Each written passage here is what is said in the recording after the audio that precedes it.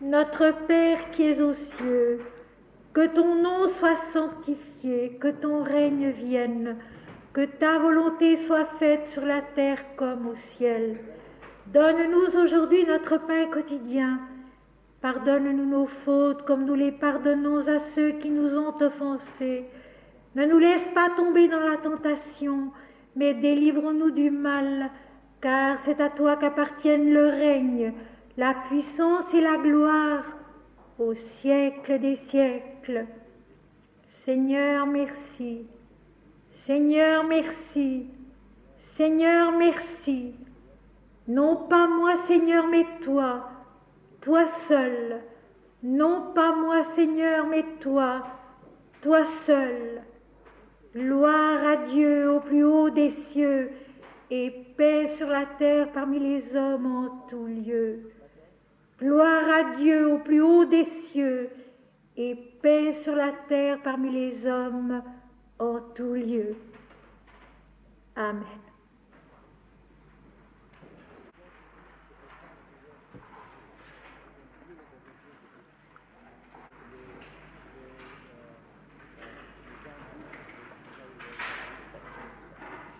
J'ai cherché Dieu, et voici, Dieu était dans les étapes successives, dans la rencontre toujours inattendue de la vie. Je me suis adressée à tout ce qui professait Dieu, à tout ce qui disait sa gloire et sa sagesse. Et voici le visage qui ne trompe point, la parole qui ne dissimule point, la direction qui n'égare point et n'isole point, était au détour simple de la route, dans la supplication reconnue de mon cœur.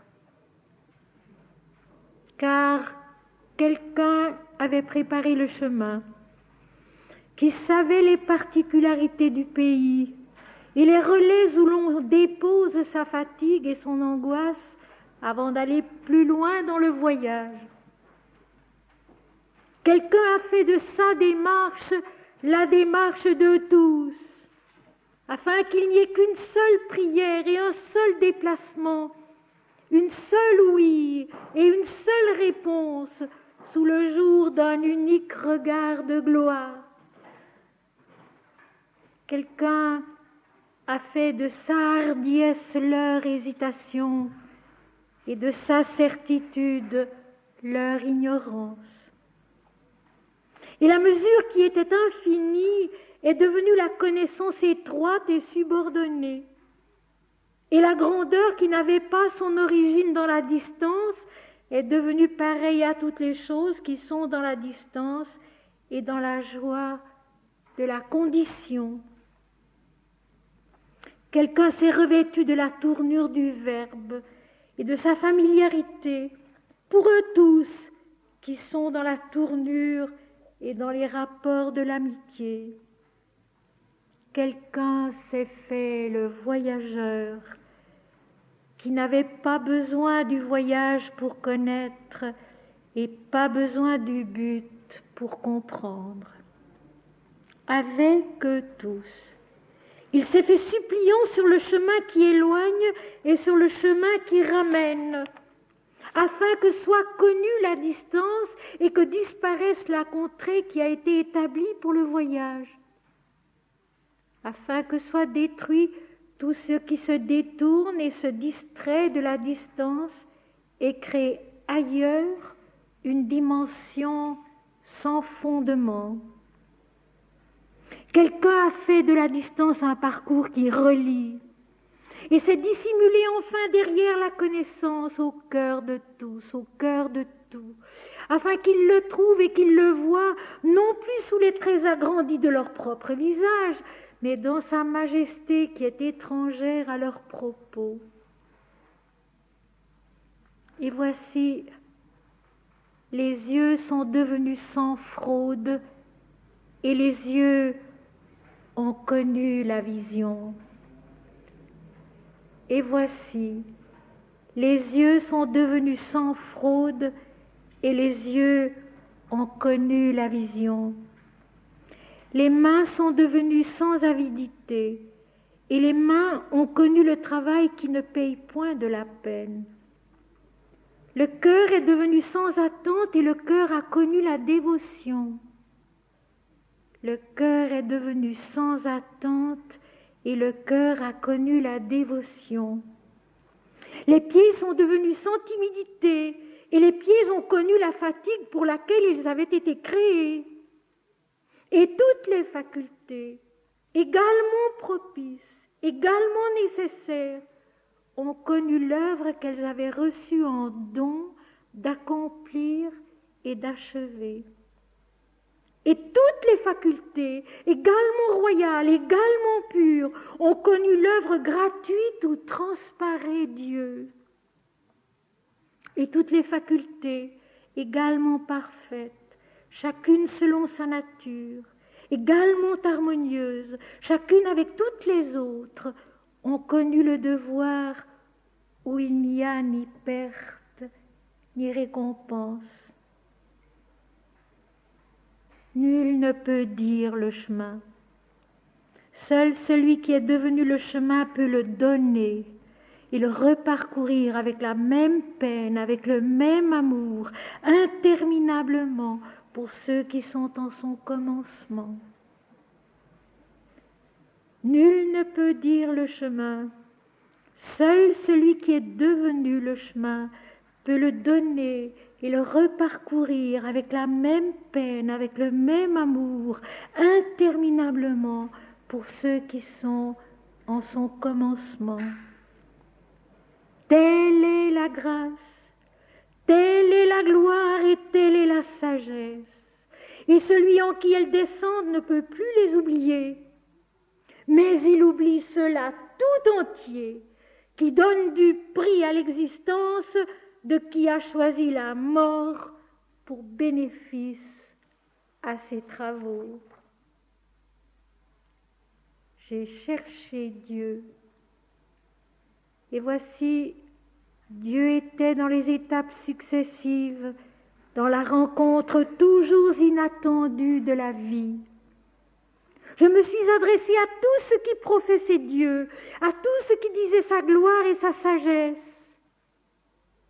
Et voici le visage qui ne trompe point, la parole qui ne dissimule point, la direction qui n'égare point et n'isole point, était au détour simple de la route, dans la supplication reconnue de mon cœur.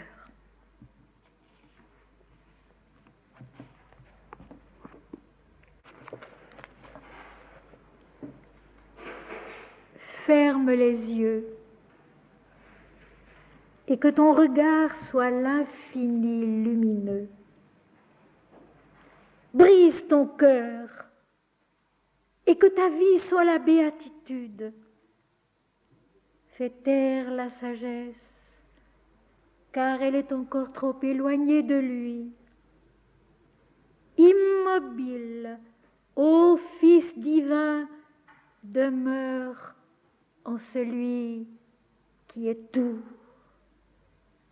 Le va-et-vient de tes poumons s'est arrêté.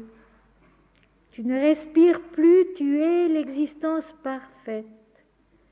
Harmonieuse est la voix du silence immaculé qui est Dieu. Il n'y a pas de fin, il n'est pas de retour. Tu es cela qui ne respire plus, cela qui ne recherche point, cela que rien jamais ne trouble. Tu es cela infiniment. Comment dire cela? Et cependant tu sais très bien que cela est plus vrai que les mondes, plus vrai que les réseaux habiles de tes phrases, plus vrai que l'étreinte de l'amour et que l'immobilité de la mort. Tu ne remues plus et tu es. Ce n'est pas une extase ni une absence. Tu es. Et cela suffit pour apaiser toutes les nostalgies des millénaires. Tu es. la lumière qui t'envahit, l'amour qui rayonne de toi, la béatitude qui te pénètre, la vérité qui ne se renie jamais. Tu es, cela tu es, telle une flamme du grand feu où tout est consommé.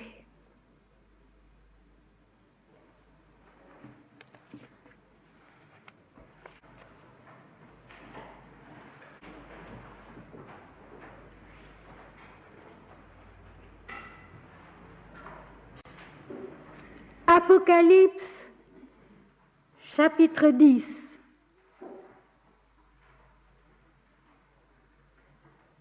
Après Shiva, le destructeur de l'ignorance dans les dualités, après Shiva, le destructeur de la nuit dans la conscience individuelle, celui qui l'enfante à la toute lumière sans faille de l'immortalité. Après Agni, l'adorateur parfait, les deux parties du chapitre 9e de l'Apocalypse qui peuvent être intitulées l'une Shiva et l'autre Agni. Nous abordons avec le chapitre 10 Agni, le feu de l'adoration parfaite qui devient Surya, le créateur et l'illuminateur, le soleil de l'âme unique qui est en tous et en chacun également.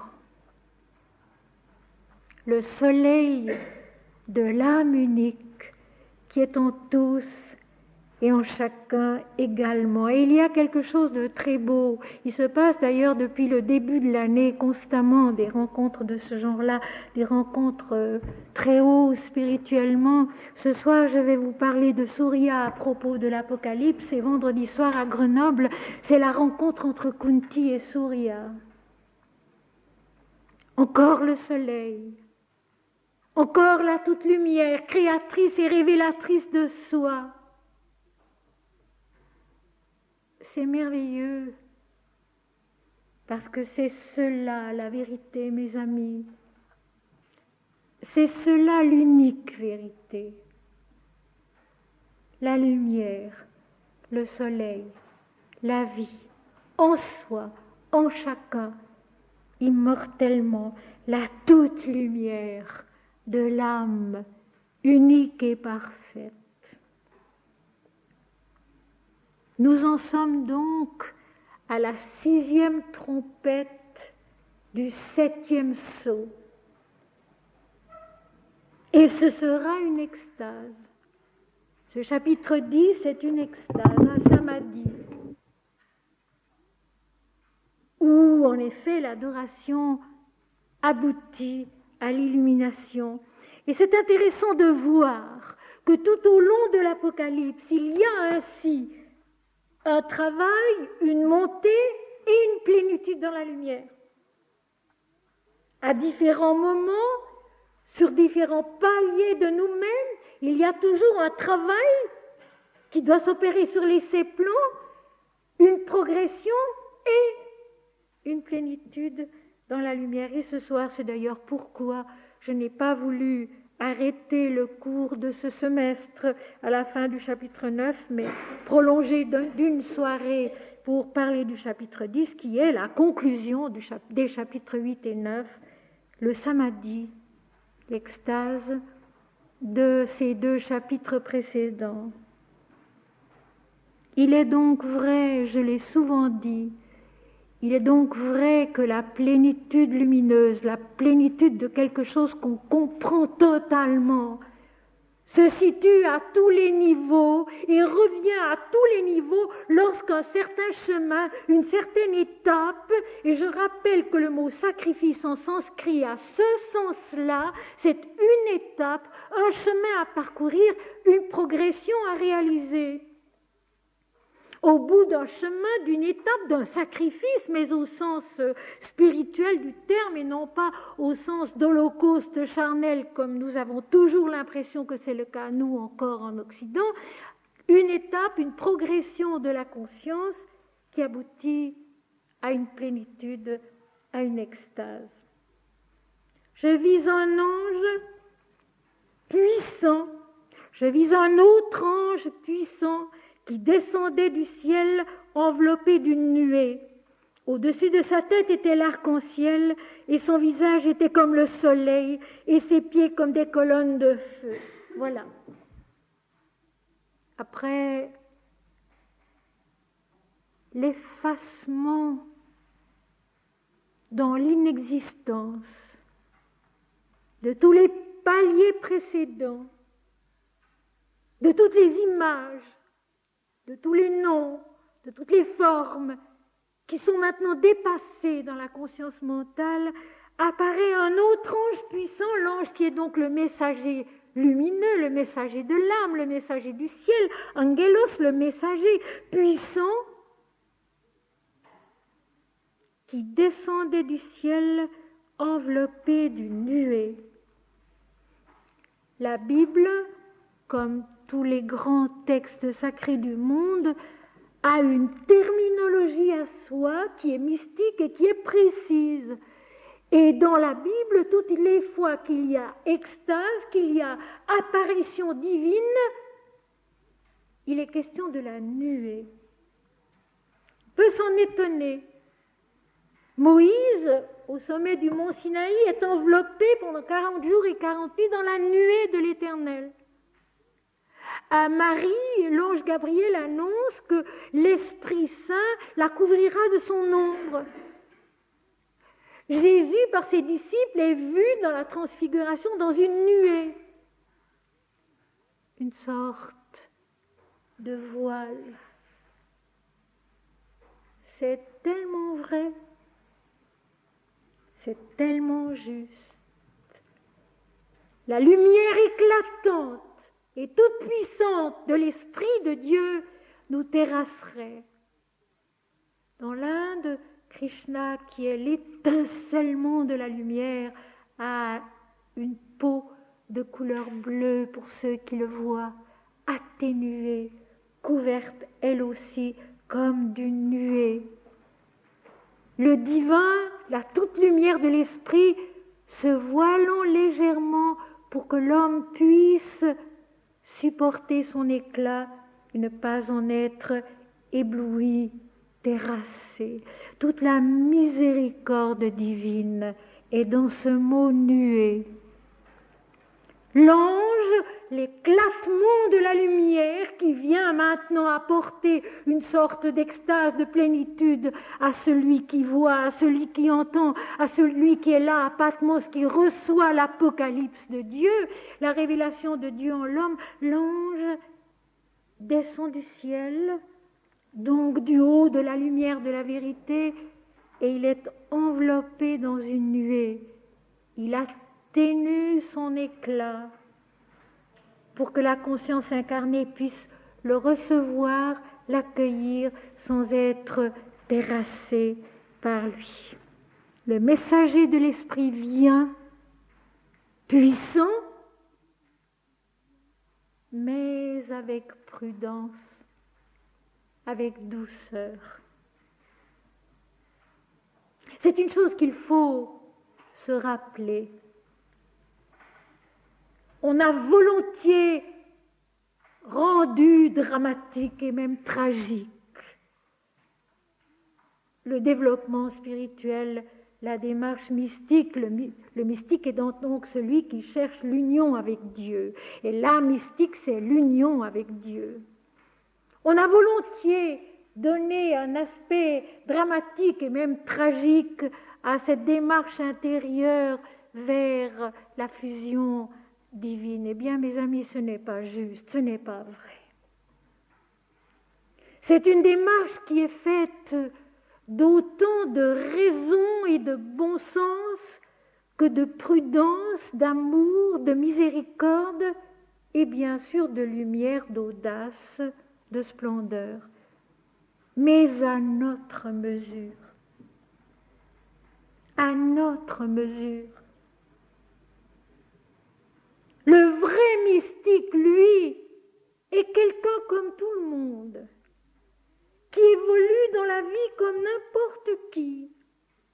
Ainsi que le disait si joliment Ananda Mayi, je deviendrai si commune que personne ne me reconnaîtra. Le vrai mystique n'a rien de particulier sur lui. Il évolue comme tout le monde, il fait le travail qu'il doit faire. Et le feu qui l'anime à l'intérieur de lui-même ne se reconnaît peut-être qu'à une seule chose, c'est à la douceur, à la patience, à l'humilité de son comportement au milieu des hommes, avec ses frères, c'est tout. Rien de spectaculaire, rien de supérieur surtout. La douceur, la joie, la simplicité, le naturel d'un homme quelconque, d'une femme quelconque qui fait son travail sur la terre. Le reste se fait à l'intérieur.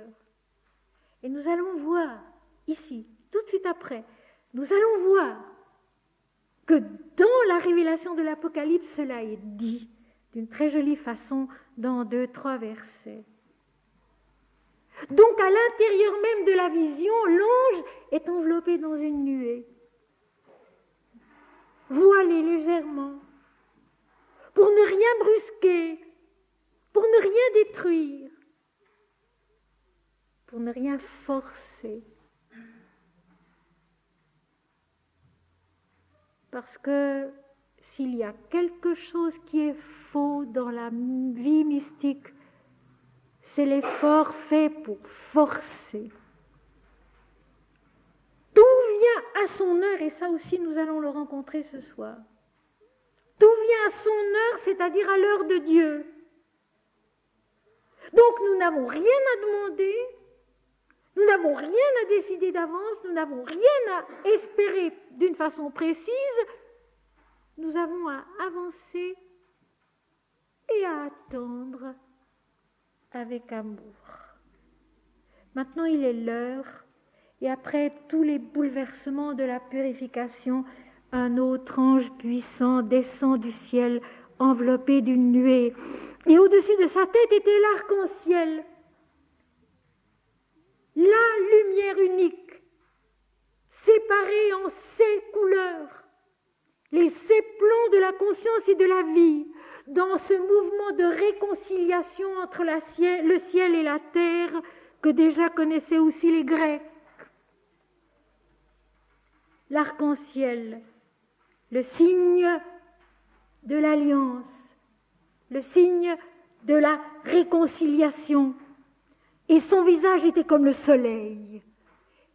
La même image qui est donnée au chapitre 1er de l'Apocalypse, dont celui qui marchait au milieu des 7 chandeliers avait un visage comme le soleil lorsqu'il brille dans sa force. Donc il y a cette lumière originelle, cette lumière totale, le soleil créateur et révélateur de soi, et ses pieds étaient comme des colonnes de feu. La marche dans la lumière. La conscience maintenant marche dans la lumière. Elle connaît le visage de la lumière, le soleil éclatant de l'esprit, et elle attend ce qu'elle va en recevoir. Il tenait dans sa main un petit livre ouvert, une parcelle de la connaissance, parce que le livre dans l'Apocalypse, comme d'ailleurs dans le reste de la Bible, c'est toujours la connaissance. Mais cette fois-ci, ce n'est pas un livre scellé, un livre fermé, mais c'est un petit livre ouvert, une parcelle de la connaissance. Il posa son pied droit sur la mer et son pied gauche sur la terre. Là aussi, il faut savoir que la mer dans l'Apocalypse, la mer, l'océan dans l'Apocalypse, c'est l'inconscient. Et toute la vie qui y grouille, toute la vie confuse qui s'y développe, qui s'y entrecroise, qui s'y manifeste et son pied gauche sur la terre. La terre qui est le plan de la vie mentale, de la connaissance dans les dualités, le bien, le mal, la vie, la mort, le plaisir, le déplaisir, etc. Donc il apporte un petit livre ouvert, une connaissance. Et puis il pose son pied droit sur l'inconscient, son pied gauche sur la conscience mentale dualiste, relative, et il crie d'une voix forte comme rugit un lion. Il manifeste sa puissance qui est une puissance concrète. Et ceci aussi, je voudrais le signaler. L'extase est toujours extraordinairement concrète. Ce n'est pas quelque chose d'abstrait, de lointain, d'inaccessible, c'est toujours une donnée extrêmement concrète, précise et totalement claire. Voir et entendre, voir et comprendre, rencontrer à l'intérieur de soi une stature lumineuse qui est le Christ, ou la Mère divine, ou Surya, ou Shiva, ou Agni, ou Krishna, ou un autre.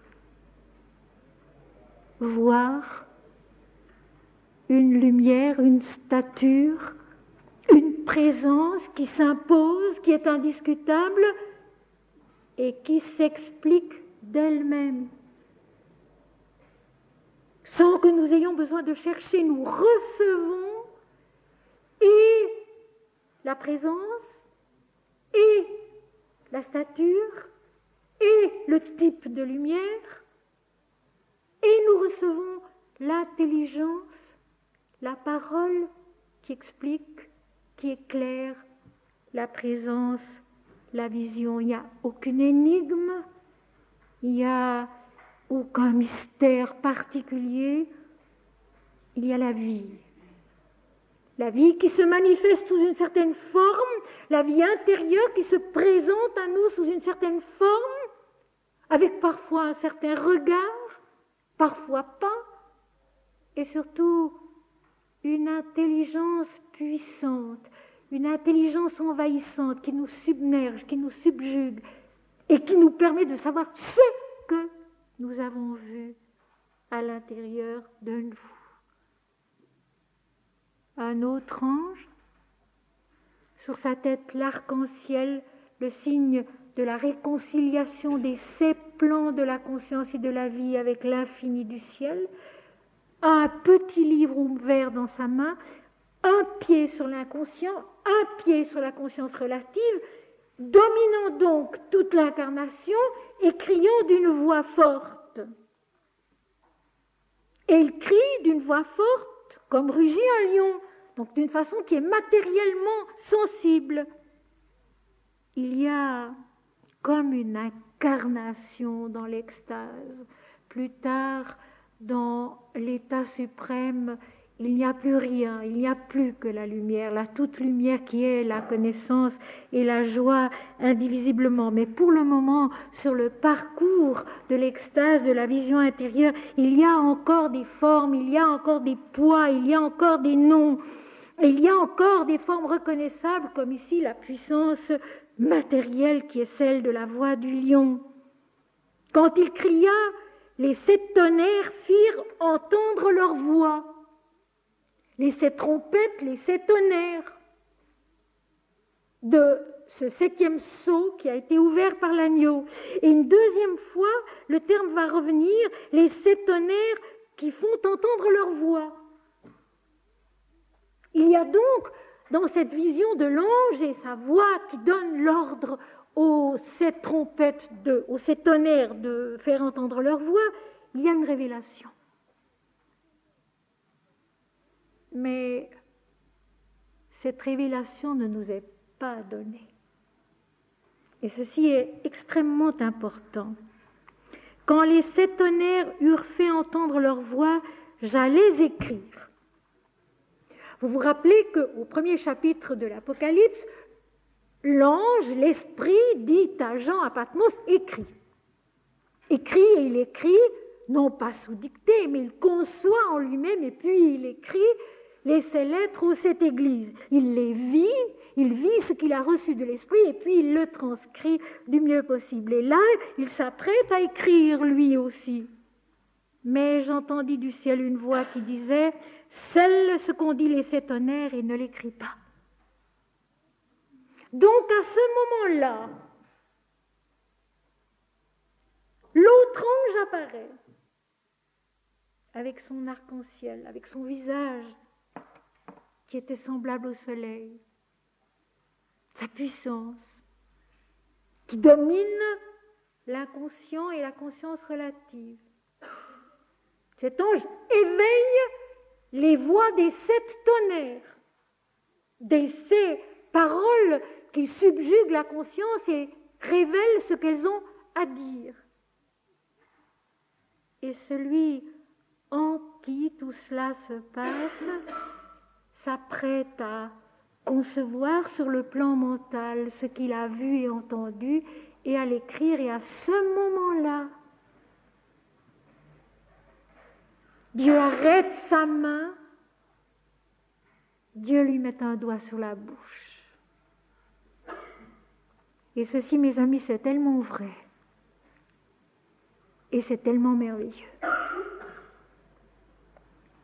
Ce silence qui est la preuve de la vérité. Le fait que l'homme puisse se taire,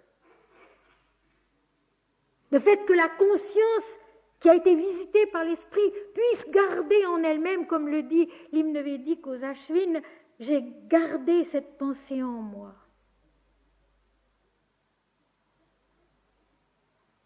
La faculté de ne pas dire, la faculté de recevoir, de vivre et puis d'attendre que Dieu un jour parle de lui-même, mais non pas nous qui décidons de parler. J'entendis une voix qui venait du ciel, donc de tout en haut de la vision, du sommet de la vision où elle est absolument vraie et sans fausse note, sans faille.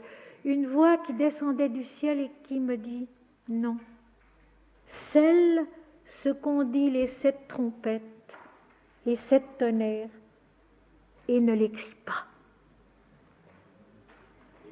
Le silence divin. Le silence divin qui est la plus grande force qui soit. Vivre en Dieu et savoir se taire pendant 20 ans, 30 ans, 50 ans s'il le faut. Vivre en Dieu et savoir se taire. Je pense à Jésus, Dieu lui-même, qui s'est tu pendant 30 années ici-bas. Je pense à Ramakrishna qui lui aussi a attendu 30 ans. Je pense à Mahananda Mahi qui a attendu 40 ans. Je pense à Sri Aurobindo qui a attendu lui aussi plus de 30 ans. Se taire. Ici, c'est une voix descendant du ciel qui lui dit non, scelle ce qu'ont dit les 7 tonnerres et ne l'écris pas. Mais on peut dire tout aussi bien, c'est Dieu qui met un doigt sur sa bouche et qui retient sa main. Ce n'est pas le moment, il faut se taire. Et je pense qu'ici, il y a une leçon pour notre époque. Notre époque qui divulgue tout, qui parle de tout, et qui déflore le plus sacré.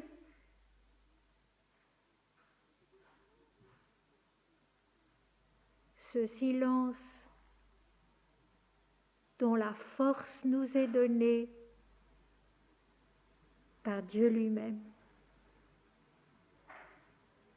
Ce silence dans lequel il va falloir laisser mûrir la révélation, exactement comme la conception d'un enfant et sa gestation pendant 9 mois. Et là encore, nous retrouvons la princesse Kunti avec le dieu Surya qui attendra un fils secrètement caché de tous. La maturation spirituelle qui se fait à l'insu de tous et qui doit se faire à l'insu de tous. Dans le silence où l'homme et Dieu sont seuls face à face.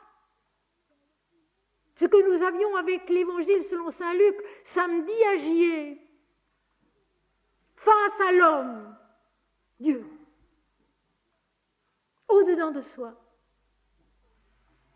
Face à l'homme, Dieu. Au-dedans de soi.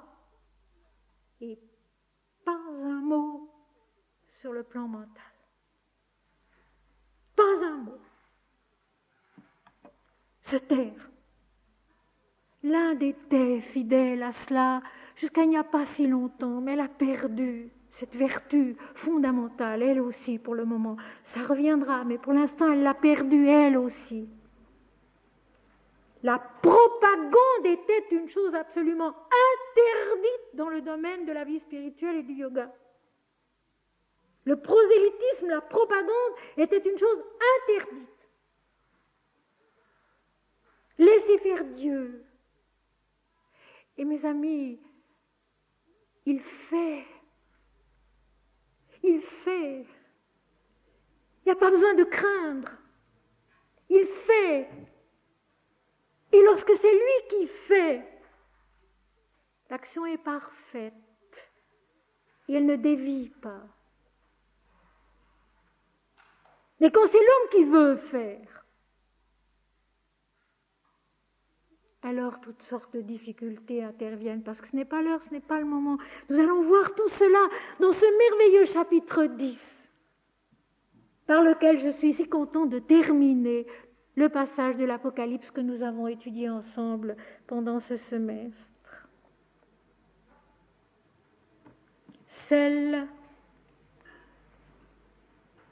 Ce qu'ont dit les sept tonnerres donc, des voix intenses, puissantes, qui submergent, qui étonnent au sens spirituel du terme, et ne l'écrit pas. Et l'ange que je voyais debout sur la mer et sur la terre leva sa main droite vers le ciel. N'écris pas, ne révèle pas ce qu'ont dit les sept tonnerres. Attends que tout retourne au ciel et s'accomplisse de là-haut. Et il y a une parole du Christ qui rappelle cela. Au matin de Pâques, ne me touche pas, car je ne suis pas encore monté vers mon Père et votre Père, vers mon Dieu et votre Dieu. Je ne suis pas encore remonté tout en haut. Là où plus rien ne peut se déformer, s'altérer, jamais. La main droite dans la Bible, que ce soit la droite du Père ou la droite du Christ ou la droite de quelqu'un ou la droite d'un ange comme ici, c'est toujours le chemin juste, le chemin de la vérité. L'ange qui apporte le petit livre ouvert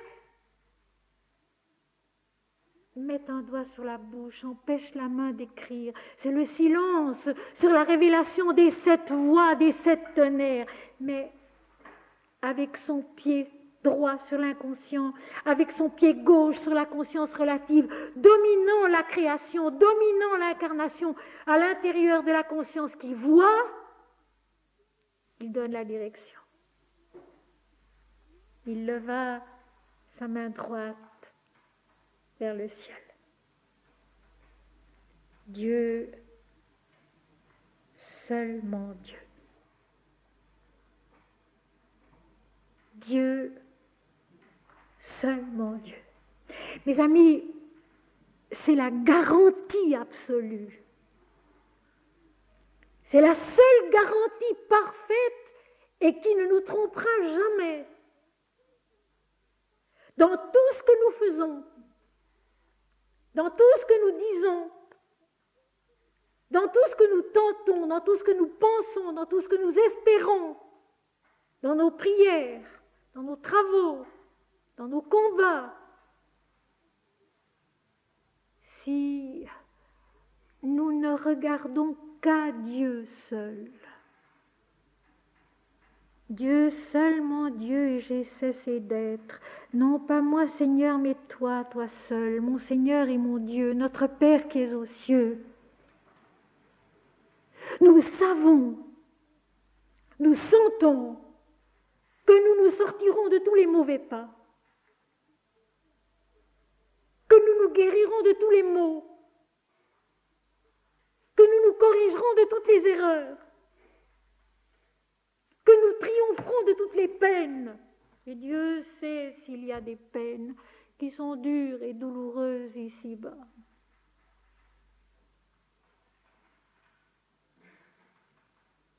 Dieu, seulement Dieu. Et l'Apocalypse nous le dit, sans cesse à nouveau, d'une manière ou d'une autre. Gardez le nom de Dieu, répétez sa parole, ne pas renier sa parole. Et ici, l'image si belle de l'ange que je voyais debout sur la mer et sur la terre, donc sur la conscience relative, incarnée, complète, la dominant, leva sa main droite vers le ciel. Je voudrais que l'image nous en reste. L'image de cet ange à visage de soleil, avec l'arc-en-ciel des sept plans de la conscience qui rejoignent la terre et le ciel.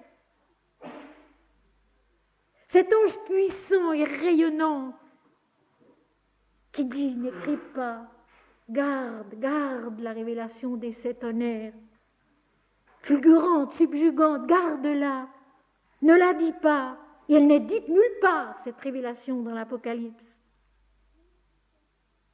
Leva sa main droite vers le ciel.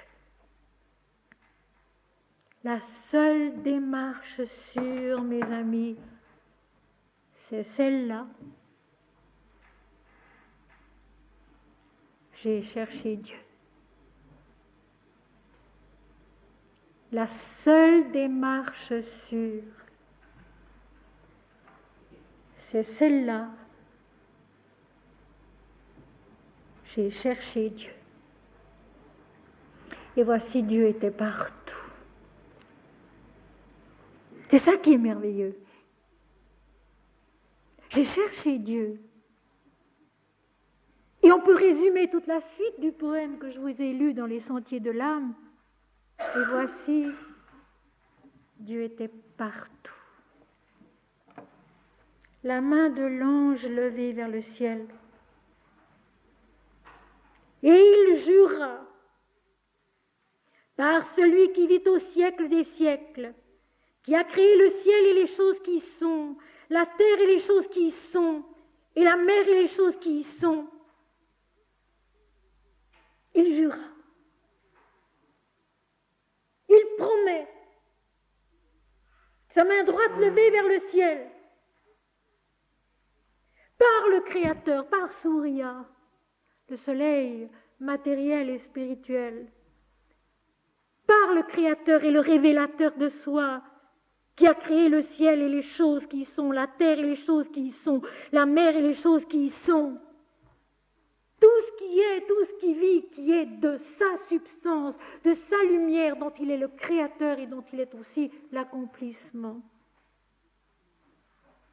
Il jure par l'Éternel Dieu, l'absolu, le Père de toutes choses, de tous les hommes, de tous les temps, la lumière étincelante et totale de l'esprit, le soleil de l'âme unique.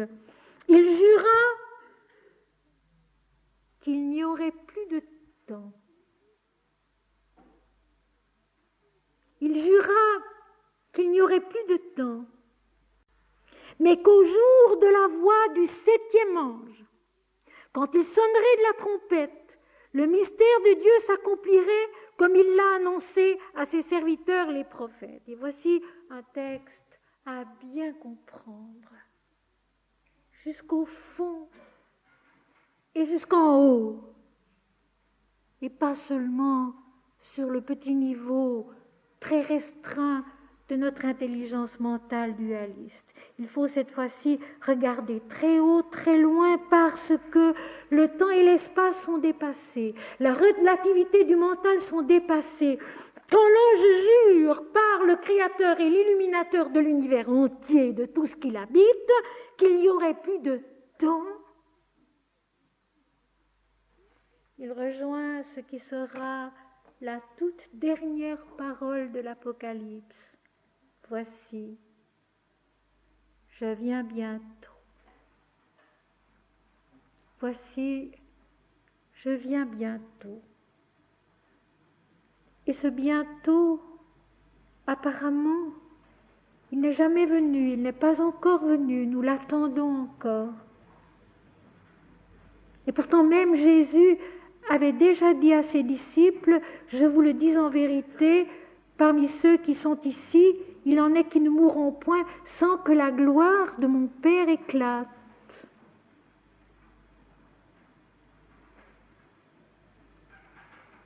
C'est ici qu'intervient la nécessité absolue de comprendre selon l'esprit, parce que Dieu est esprit, et non pas selon la dualité mentale.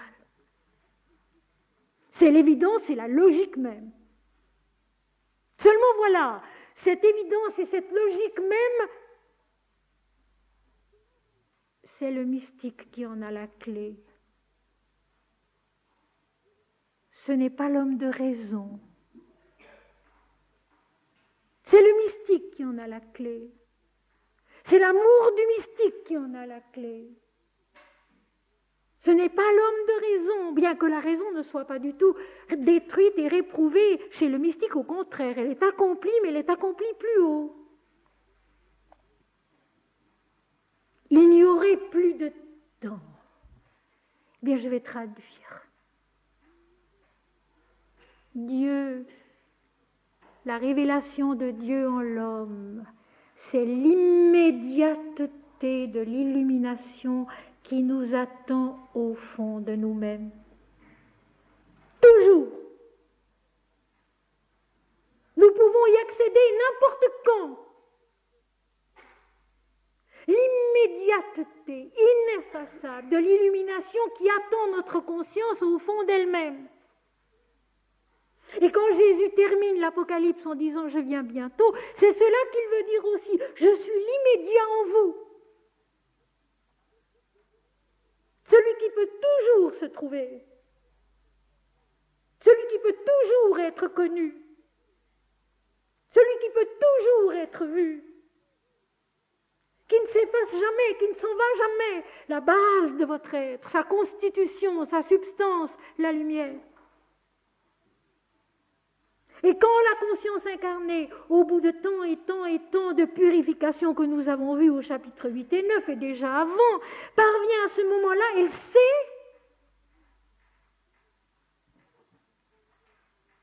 qu'il n'y a plus de temps,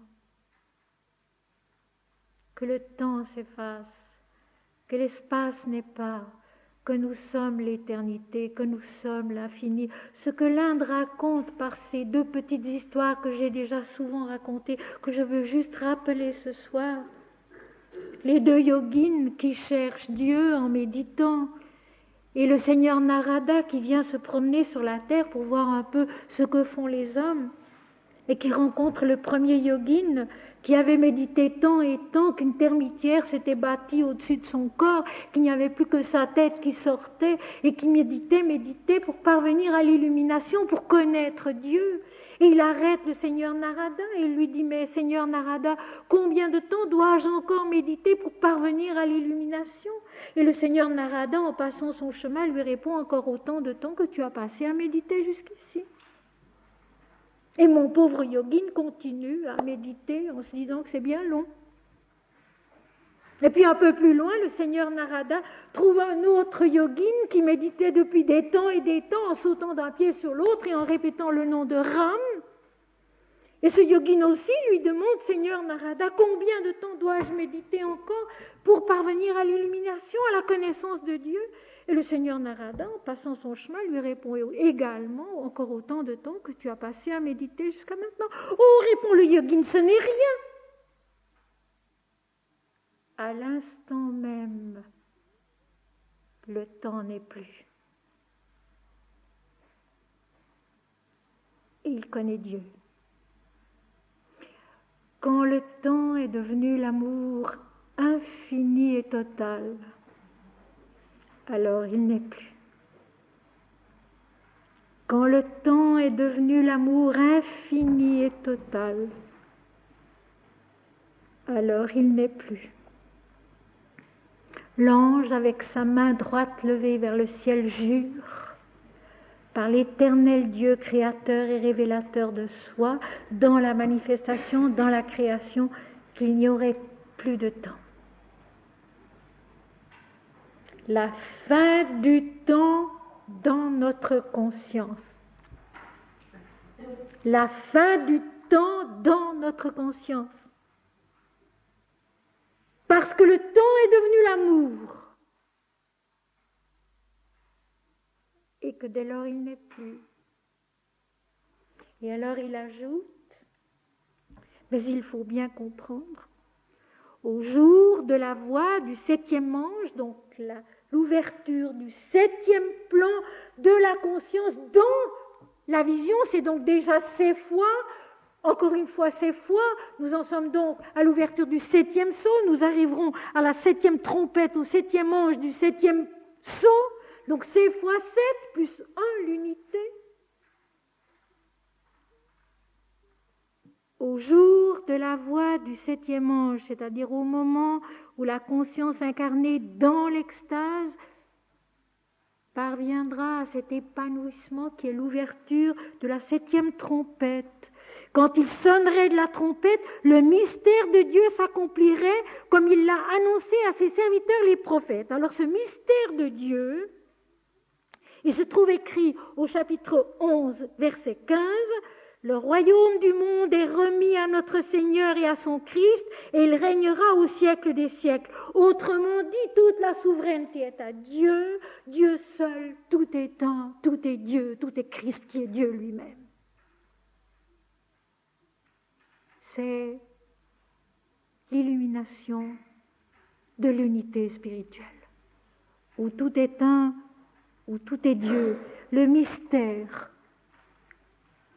la chose encore non dévoilée de Dieu s'accomplirait comme il l'a annoncé à ses serviteurs les prophètes. Alors il est intéressant de savoir que le verbe qui a été traduit ici par annoncer, en grec c'est euangelizo, c'est-à-dire évangéliser.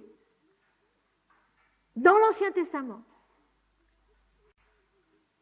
la bonne nouvelle, euangelia, la bonne nouvelle. Donc déjà dans l'Ancien Testament, le mystère de Dieu, comme il a été annoncé à ses serviteurs, les prophètes, et le prophète n'est pas celui qui annonce l'avenir,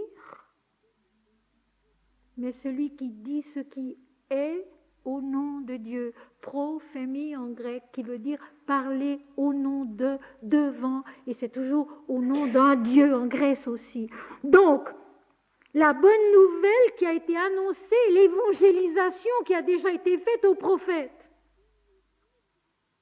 Les prophètes de l'Éternel qui parlent au nom de l'Éternel, qui n'annoncent pas l'avenir, mais qui disent ce qui est, la vérité. Déjà ont connu l'évangélisation, la révélation du mystère de Dieu qui doit s'accomplir en l'homme et dans l'humanité, dans le monde. Et ce mystère, c'est le royaume du monde remis à notre Seigneur et à son Christ, et il régnera au siècle des siècles. Dieu est Dieu seul. L'extase, mes amis, à tous les niveaux, si modeste qu'il soit, où elle peut se produire. Et j'ai déjà souvent raconté de petites histoires qui étaient un émerveillement spontané que quelqu'un vivait devant une chose et qui est aussi une extase. Chaque fois qu'il y a une sorte de fusion en nous, où tout notre être se centre sur une chose qui l'émerveille, il y a en fait extase. Et cette extase, c'est toujours un moment de révélation divine. Et l'extase, la seule véritable extase, c'est toujours Dieu et Dieu seul. L'émerveillement de l'unité, l'émerveillement de la fusion dans l'unité, dans la lumière, dans la joie de l'âme qui se réjouit parce que, sans pouvoir dire quoi ni comment, elle a reçu quelque chose, elle a compris quelque chose et qu'elle en est comblée. Mahananda Mahi disait avec grande raison, si vous avez médité, si vous avez eu l'impression d'avoir vécu une fusion avec le divin, avec l'esprit, si vous le prétendez et qu'après vous n'êtes pas changé, ce n'était pas vrai. Parce qu'après un tel moment, on est comblé, on n'attend plus rien d'autre, du moins pendant longtemps. On n'attend plus rien d'autre, du moins pendant longtemps. Et là, je vais prendre une comparaison facile à comprendre, belle et utile. Lorsqu'il y a bien longtemps, il doit y avoir de cela 33 ou 34 ans, pour la première fois, mon mari et moi, nous avons eu la chance de faire un voyage ensemble à l'étranger et que nous sommes allés passer 9 jours ou 10 jours à Florence.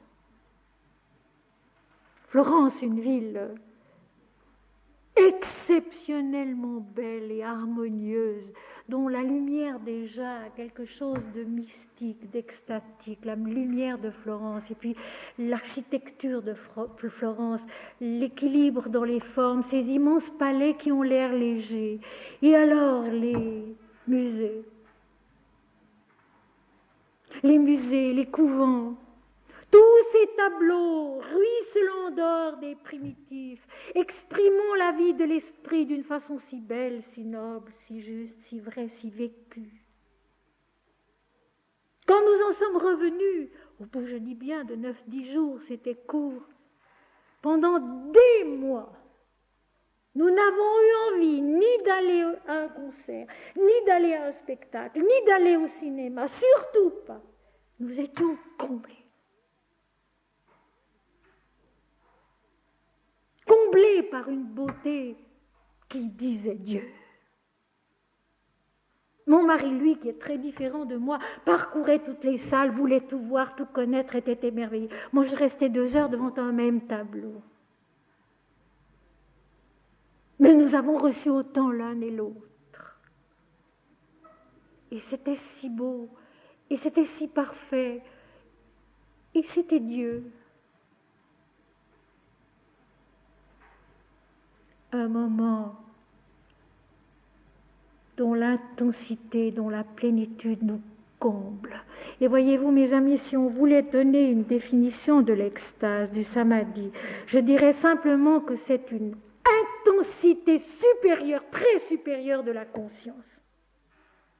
Une prise de conscience d'une intensité très, très supérieure, qui n'a plus rien à voir avec l'intellect qui raisonne, qui ne renie pas la raison et l'intelligence mentale dualiste, mais qui l'accomplit plus haut, qui la dépasse totalement, une intensité de conscience qui est indivisible, totale, et où en même temps tous les détails sont à leur place.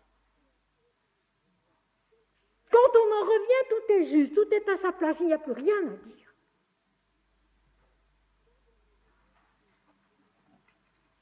Il jura qu'il n'y aurait plus de temps, que le temps lui-même est devenu l'heure de Dieu, l'éternel, l'infini, au jour de la voix du 7e ange, quand il sonnerait de la trompette, le mystère de Dieu s'accomplirait comme il l'a annoncé à ses serviteurs, les prophètes, ceux qui parlent au nom de l'Éternel. Et le prophète, il est aussi en nous-mêmes. Lorsque notre pensée, lorsque notre intelligence, lorsque notre cœur disent vrai, ils parlent au nom de Dieu.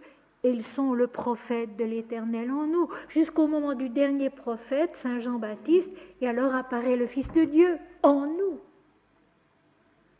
Tous les prophètes qui se succèdent en nous et qui s'effacent au moment où ce n'est plus l'intelligence incarnée qui parle au nom de Dieu, mais où c'est Dieu lui-même, le Fils de l'homme, Jésus. Et la voix que j'avais entendue du ciel, la première voix de l'Apocalypse, celle qui l'appelle, et Jean se retourne pour voir qui l'appelait. Il se détourne des choses concrètes, visibles, pour se tourner vers l'invisible qui est plus réel que le visible. La voix que j'avais entendue du ciel me parla de nouveau et dit « Va, prends le petit livre ouvert dans la main de l'ange qui se tient debout sur la mer et sur la terre. » Et ça, c'est quelque chose que j'aime tant dans la Bible. Ce tout petit mot qui revient toujours. Va. En avant, marche. Rien n'est fini. Rien n'est fini. Quelque chose d'immense s'est passé. Mais rien n'est fini. La voix du ciel, la voix du sommet de la conscience, la voix de Dieu dit « Oh, l'homme va, progresse, monte ». Et nous trouvons là aussi ce que je vais raconter vendredi soir à Grenoble, la princesse Kunti qui a fait du très bon travail en servant pendant toute une année sans faire d'erreur le brahman irascible et extrêmement exigeant et qui croit que c'est terminé et non pas du tout. Il faut qu'elle avance, il faut qu'elle continue, il faut qu'elle progresse. Va. C'est ça qui est merveilleux. Nous n'avons jamais fini. Il n'y a vraiment jamais moyen de s'ennuyer. Et si je le dis, c'est que c'est très important. Tant de gens s'ennuient. Tant de gens s'ennuient. Ils ne savent pas comment remplir leur temps ou tuer leur temps ou je ne sais trop quoi. Tant de gens s'ennuient. Quand on a une bonne fois décidé de suivre Dieu, on n'a plus jamais l'occasion de s'ennuyer. Plus jamais. Va. Et c'est la voix du ciel qui dit, comme Jésus disait toujours à ses disciples, levons-nous, partons d'ici, en avant-marche. Ou la progression des hymnes védiques, la course des chevaux dans le ciel. Va, prends le petit livre ouvert dans la main de l'ange qui se tient debout sur la mer et sur la terre. Donc, c'est très précis. Ce livre, c'est une révélation qui concerne justement l'illumination, la transformation, la transfiguration, le dépassement de l'inconscient et de la conscience relative. Et c'est dominé par la présence de l'ange qui est debout sur la mer et sur la terre. Va et prends le petit livre. Il y a donc une démarche à faire à l'intérieur de l'extase, à l'intérieur de la vision. Une vision n'est pas immobile. Une vision n'est pas un état dans lequel rien ne se passe. Au contraire, vous le voyez bien, c'est plein d'actions, c'est plein de travail. Va et va prendre le petit livre ouvert dans la main de l'ange qui se tient debout sur la mer et sur la terre. Monte, progresse, comprend, découvre. Mais j'ajouterais, pour nous éclairer bien, va, progresse, monte, découvre avec l'amour de ton cœur et de ton âme. Et pas avec les raisonnements de ton intellect qui vole trop bas. Va, progresse, avance, monte, découvre, mais avec ton cœur et avec ton âme. C'est tout. Mon Seigneur et mon Dieu, je t'aime. Et on peut aimer de tant de façons. Et demain, je dois parler à Lyon d'un sujet que je n'ai absolument pas eu le temps de préparer. Ce sont les chemins de la liberté. Et je sais une chose, c'est que je leur dirai que notre liberté est en Dieu et nulle part ailleurs, et que l'homme est libre dans son amour. Il est libre quand il aime, et nulle part ailleurs.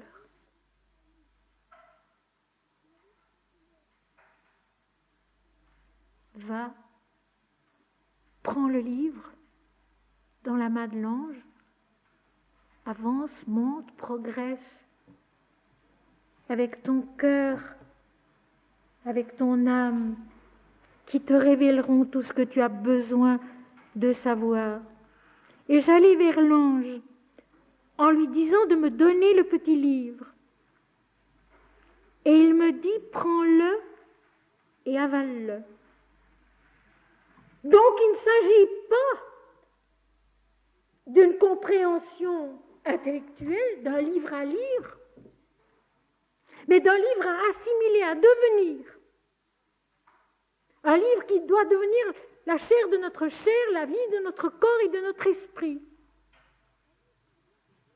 Ça aussi, c'est intéressant. Je vous assure, quand je détaille ainsi quelques versets d'un chapitre de l'Apocalypse, je n'arrive pas à comprendre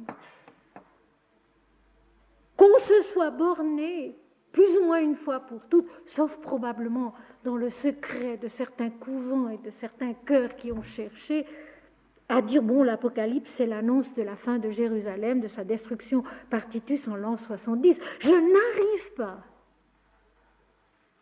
à comprendre qu'on en soit resté là, un point, c'est tout, ça n'est quand même pas tellement incompréhensible que cela, si on lit bien.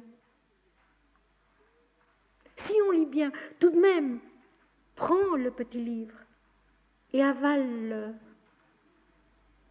Une connaissance, une révélation divine, une connaissance, une révélation divine qu'il s'agit d'avaler, c'est-à-dire d'assimiler. Alors revenons un peu en arrière. La conscience dans la vision acquiesce. Elle va vers l'ange. Elle se rapproche de la lumière révélatrice. Elle fait un effort pour monter plus haut, pour être plus proche de la lumière révélatrice. Et elle prend le livre dans la main de l'ange. Donc elle reçoit la connaissance que l'ange vient lui apporter. Et elle comprend de la bouche de l'ange, de la lumière, de l'esprit, que ce petit livre, ce n'est pas une leçon à lire et à apprendre, mais quelque chose à devenir, à absorber. D'ailleurs, ceci est vrai de tous les textes sacrés. Il faut les devenir, il faut les lire et les relire et les relire et les relire et les devenir. C'est la seule façon de les connaître et de les comprendre un peu. L'ange lui dit, prends le petit livre et avale-le. Il sera amer à tes entrailles, mais dans ta bouche, il sera doux comme du miel. Il sera amer à tes entrailles, mais dans ta bouche, il sera doux comme du miel. Ça aussi, c'est clair, mais clair comme de l'eau de roche. L'assimilation de la vérité divine, le dépassement de soi, ce que Jésus dit, celui qui veut me suivre, qu'il renonce à lui-même, nous est difficile, nous est douloureux, nous est amer. Nos entrailles, notre corps, notre moi individuel sur la terre, il veut régner, il veut rester autonome et maître de soi. Assimiler la vérité divine lui est amer. Pour commencer, la libération du peuple d'Israël lorsqu'il était dans la servitude en Égypte commence aussi par être très amère. Déjà, jusqu'au moment où ils peuvent enfin sortir du pays d'Égypte, et puis ensuite les 40 ans dans le désert. Ils avalent aussi un livre là, les tables de la loi, qui sont la révélation de l'unité de l'univers et de l'éternel. C'est merveilleux. Mais en attendant, l'assimilation dans les entrailles, dans le corps, elle est difficile. Elle est douloureuse. Elle est amère. Au mental aussi, mais sur ta bouche, dans ta bouche, il sera doux comme le miel. Il deviendra le verbe de vérité, la parole de vérité. Je trouve que c'est tellement beau. Prends le petit livre, avale-le. À tes entrailles, il sera amer, mais dans ta bouche, il sera doux comme le miel. Et plus tard, tout à l'heure, il va être dit à Jean de prophétiser, nous expliquerons cela sur des nations, des peuples, des langages, etc. Mais n'oublions pas que prophétiser, c'est parler. Donc ce sera un langage doux, d'amour. Le langage lumineux comme le miel du verbe de vérité. Encore la princesse Kunti de vendredi soir. Le miel de l'extase, le miel de la couleur de Surya, le miel de cette illumination qu'elle va vivre. Cette nourriture si pure, si transparente, qu'est le miel et qui est une comparaison constante et dans la Bible et dans les livres sacrés de l'Inde. Avale-le, à tes entrailles il sera amer, mais dans ta bouche il sera doux comme le miel. La difficulté de l'assimilation, de la digestion, où l'homme doit se renoncer soi-même, c'est-à-dire dépasser la personne limitée qu'il est, pour naître à l'impersonnelle unité, à la vérité du verbe de lumière, du verbe révélateur et transfigurateur, qui dans sa bouche sera doux comme du miel. C'est infiniment beau. Je pris le petit livre de la main de l'ange et je l'avalai. Donc dans l'extase, la conscience accepte. Elle accepte sans discuter, elle prend le livre et elle l'avale. Donc elle absorbe la vision, la connaissance divine qui lui est donnée. Il fut dans ma bouche doux comme du miel, mais quand je l'eus avalé, mes entrailles furent remplies d'amertume. Le travail qui se déclenche, le travail difficile du dépassement de soi, le travail incomparablement libérateur de l'oubli de soi. Le travail indispensable et incomparablement libérateur de l'oubli de soi. N'oublions pas. Non pas moi, Seigneur, mais toi, toi seul. Non pas moi, Seigneur, mais toi, toi seul. Et alors effectivement, l'assimilation, la digestion, le devenir au lieu d'être amer devient dans la bouche doux comme le miel, la parole, le verbe de vérité qui est Dieu et Dieu seul. Dieu est tout, le souverain incontesté de chaque individu, en chaque individu et dans l'univers entier qui était, qui est et qui sera. Puis on me dit, il faut que tu prophétises de nouveau beaucoup de peuples, sur beaucoup de peuples, de nations, de langues et de rois. Prophétiser, dire la vérité. Et voilà un verset qu'il s'agit de bien comprendre. La conscience incarnée dans la vision a absorbé la lumière d'une révélation divine. Elle doit l'assimiler sur tous les plans des peuples, le plan matériel, les nations, le plan vital, les langues, le plan mental, et les rois, les autorités, la noblesse du mental supérieur qui va naître à l'esprit. Il faut que tu assimiles, il faut que tu deviennes la vérité de cette connaissance que tu as avalée sur tous les plans, d'abord de ton propre être qui est des peuples, des nations, des langages et des rois, parce que tout est en nous. Tout est en nous, l'Inde le dit et le répète. J'ai encore reçu tout récemment un tout petit livre qui sont des paroles touchantes de Sarada Devi, l'épouse spirituelle de Sri Ramakrishna, et qui dit au début, mais dites-vous que tous les hommes sont vous-même, que tous les hommes sont Dieu, que l'univers est vous-même, que l'univers est Dieu. Tout est en nous. Ces peuples, ces nations, ces langages, ces rois, c'est d'abord en soi-même, c'est d'abord dans la conscience qui a eu la vision.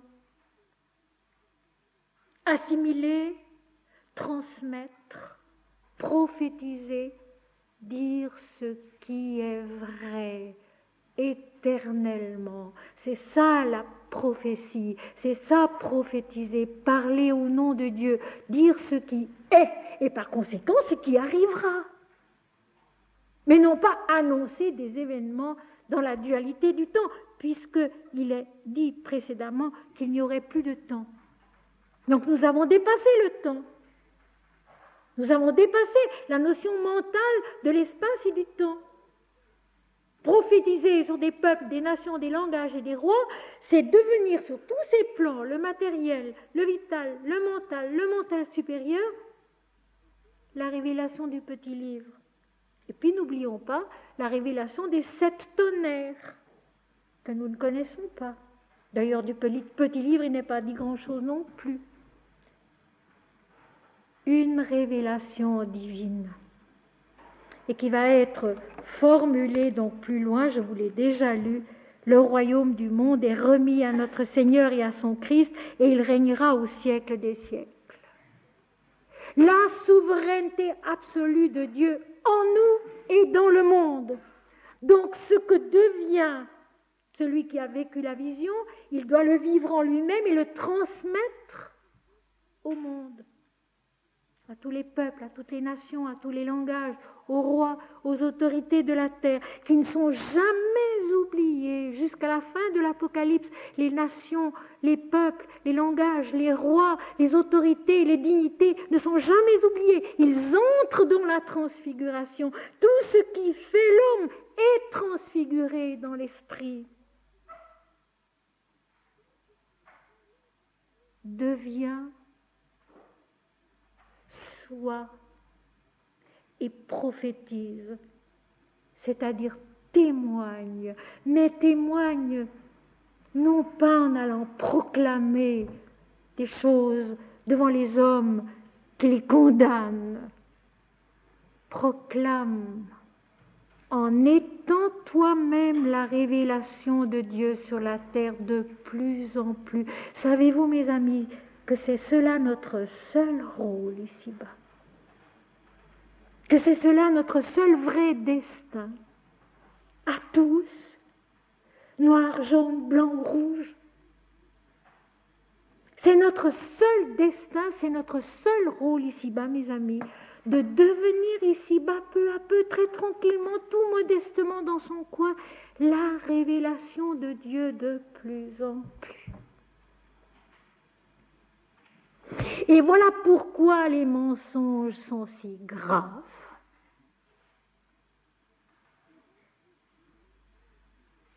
Les mensonges politiques, les mensonges religieux, les mensonges pédagogiques, les mensonges affectifs, tous les mensonges qui sont semés, jour après jour, dans le monde entier, plus que jamais, à travers les journaux, la radio, la télévision, que sais-je encore. Les faux idéalismes qui les doctrines égoïstes qui se veulent altruistes, l'amour qui n'en est pas, l'enseignement qui est une duperie, tous les mensonges qui sont semés, et qui font que pour finir, l'humanité ne sait plus dans quoi elle marche, sur quoi elle marche et vers quoi elle va.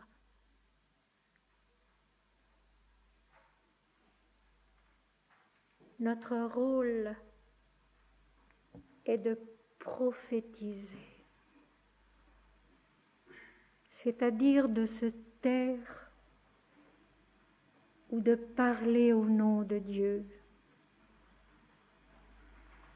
de se taire ou de parler au nom de Dieu et jamais au nom de soi-même.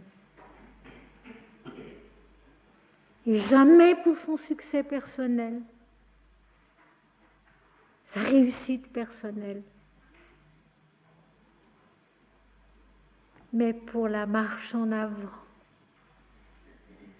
de l'humanité tout entière, de l'univers tout entier. Va, lève-toi et va. Levons-nous et marchons. Prends le petit livre et avale-le. La connaissance de Dieu, tu ne sais pas ce qu'elle est. Avale-la. Tu en connaîtras l'amertume, mais tu en connaîtras aussi la douceur et la joie, le verbe, le miel dans ta bouche et sur tes lèvres, le miel du verbe de vérité, de la parole de vérité, de la parole qui est vie et béatitude, indivisiblement. Le Christ en nous, la Mère divine en nous, Surya en nous, Shiva en nous, Agni en nous, la Mère divine en nous, prophétise. Et que dit le début du chapitre 11, juste après? On me donna un roseau semblable à une verge en disant « Lève-toi et mesure le temple de Dieu, l'autel et ceux qui y adorent. » Vous voyez bien. Prophétise. Deviens ma connaissance et va voir la grandeur de la révélation de Dieu en l'homme. L'autel d'or, le ciel devant le trône de Dieu. Mesure. N'est-ce pas que c'est beau? N'est-ce pas que l'Apocalypse est merveilleux? Et non pas un livre horrible qu'il ne faut surtout pas ouvrir parce qu'il annonce des horreurs d'un bout à l'autre.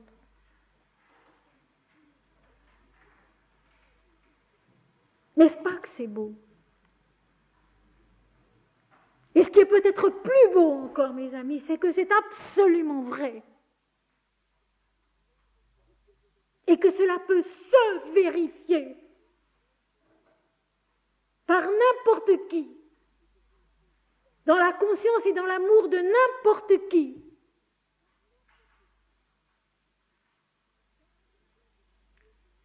Pourvu qu'on l'aime, c'est tout.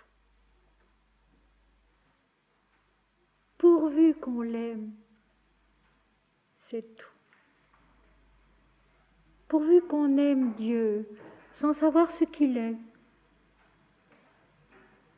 Pourvu qu'on aime les textes sans savoir tout ce qu'ils vont nous dire.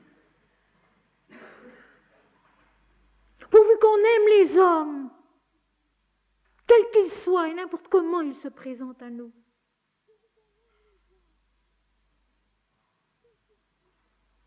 Pourvu qu'on aime la vie comme venant de Dieu seul. Pourvu qu'on aime la vie comme venant de Dieu seul. Dans le chapitre 11, un peu plus loin, le temple de Dieu dans le ciel fut ouvert, et l'arche de son alliance apparut dans son temple. Il y eut des éclairs, des voix, des tonnerres, un tremblement de terre et une forte grêle.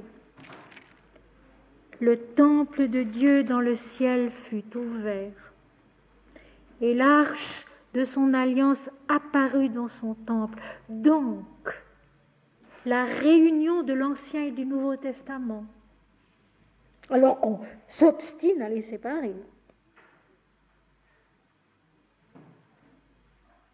La réunion, c'est là, la réunion de l'Ancien et du Nouveau Testament. L'arche de l'Alliance, bâtie par le peuple d'Israël sur les conseils de Moïse, qui en avait reçu la description exacte dans sa vision sur le mont Sinaï, reçue de l'Éternel, l'alliance de l'Éternel avec son peuple, avec l'univers. Tout est un, tout est Dieu. Le temple de Dieu fut ouvert dans le ciel. La révélation de la véritable adoration, de la véritable dévotion et l'arche de son alliance, l'unité divine de toutes choses, était dans le temple. Et comme toujours, des éclairs, la lumière qui fuse de partout, des voix, la révélation, des tonnerres qui subjuguent, un tremblement de terre, un bouleversement de toutes les notions reçues et une forte grêle, c'est-à-dire une pluie de lumière. Il n'y a plus place pour rien d'autre. L'Apocalypse, la révélation de Dieu en l'homme. Pour ce semestre-ci, nous en resterons là. Je veux simplement vous relire le chapitre 10 et les 1 ou 2 versets du chapitre 11 que je vous ai déjà lus. Je vis un autre ange puissant qui descendait du ciel, enveloppé d'une nuée. Au-dessus de sa tête était l'arc-en-ciel, et son visage était comme le soleil, et ses pieds comme des colonnes de feu. La marche dans la lumière, la marche de la lumière dans la lumière. C'est pourquoi je dis toujours que le cheminement spirituel, c'est la joie. Le cheminement spirituel, c'est la joie de l'abandon à la lumière, de l'abandon à Dieu. Il tenait dans sa main un petit livre ouvert. Il posa son pied droit sur la mer et son pied gauche sur la terre. Et il cria d'une voix forte comme rugit un lion. Quand il cria, les 7 tonnerres firent entendre leur voix. Et quand les 7 tonnerres eurent fait entendre leur voix, j'allais écrire. Et j'entendis du ciel une voix qui disait « Scelle ce qu'ont dit les 7 tonnerres et ne l'écris pas. » Et l'ange que je voyais debout sur la mer et sur la terre leva sa main droite vers le ciel.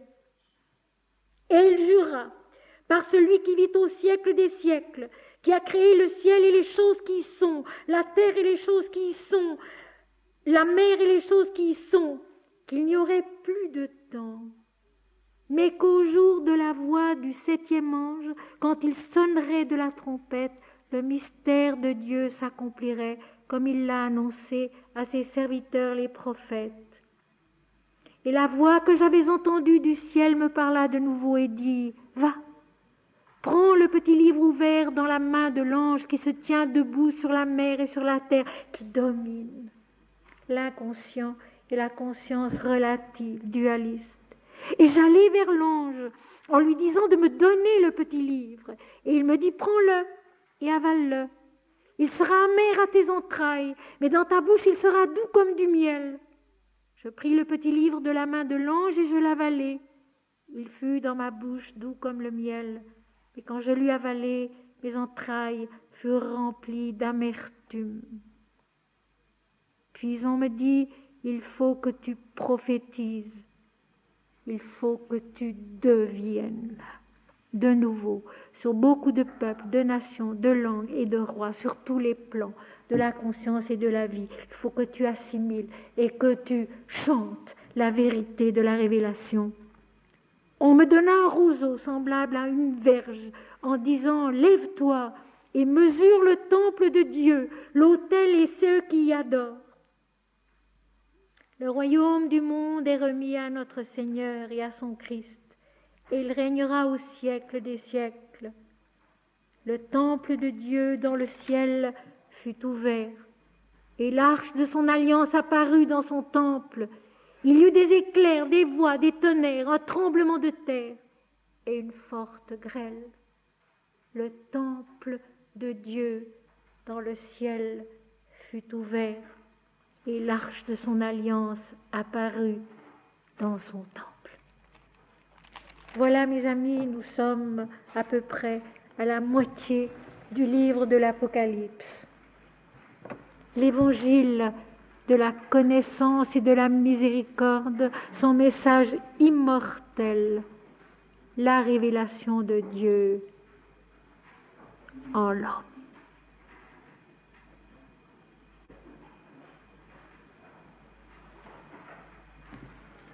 De quelques aspects d'une sadhana, je vais vous lire un dernier poème. Lui, cela, quel est-il? Il est ce grand soleil en toi qui s'éblouit de sa propre substance. Il est cette conscience en laquelle tout échappe et à qui rien n'échappe. Il est la loi de qui la soumission est la fille bien-aimée. Il est ce monde et au-delà qu'il enveloppe et qu'il pénètre. Très loin, très au-dessus de toutes les rumeurs de ta conscience, il est un moment sacré où tu pénètres tout à coup dans l'infini. Un soulagement, une épreuve suprême de paix et d'abandon où tu redeviens tout à coup la présence éternelle. Tel il est, lui, cela, qui ne se nomme pas et qui prête à chacun, à chaque terre, à chaque aurore, un peu du nom qu'il n'a jamais porté. Tel il est, lui, cela, qui ne se nomme pas et qui prête à chacun, à chaque terre, à chaque aurore, un peu du nom qu'il n'a jamais porté.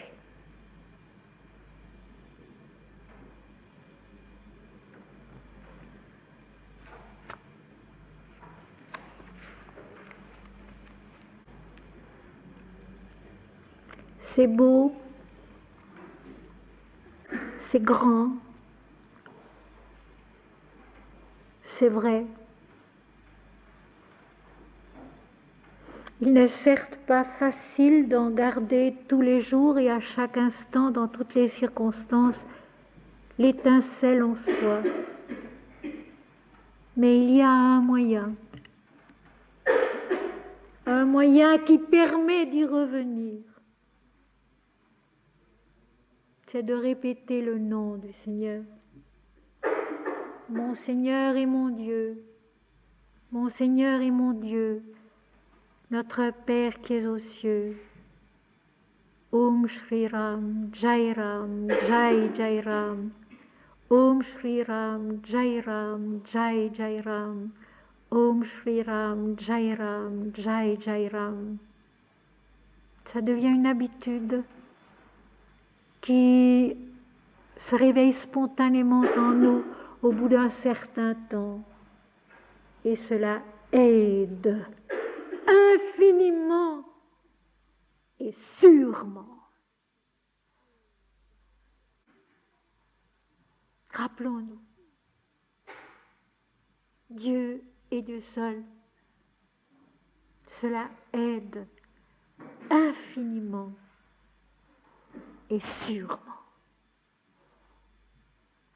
Notre Père qui es aux cieux, que ton nom soit sanctifié, que ton règne vienne, que ta volonté soit faite sur la terre comme au ciel.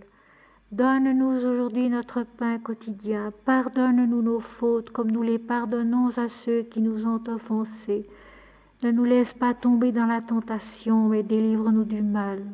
Car c'est à toi qu'appartiennent le règne, la puissance et la gloire au siècle des siècles. Seigneur, merci. Seigneur, merci. Seigneur, merci.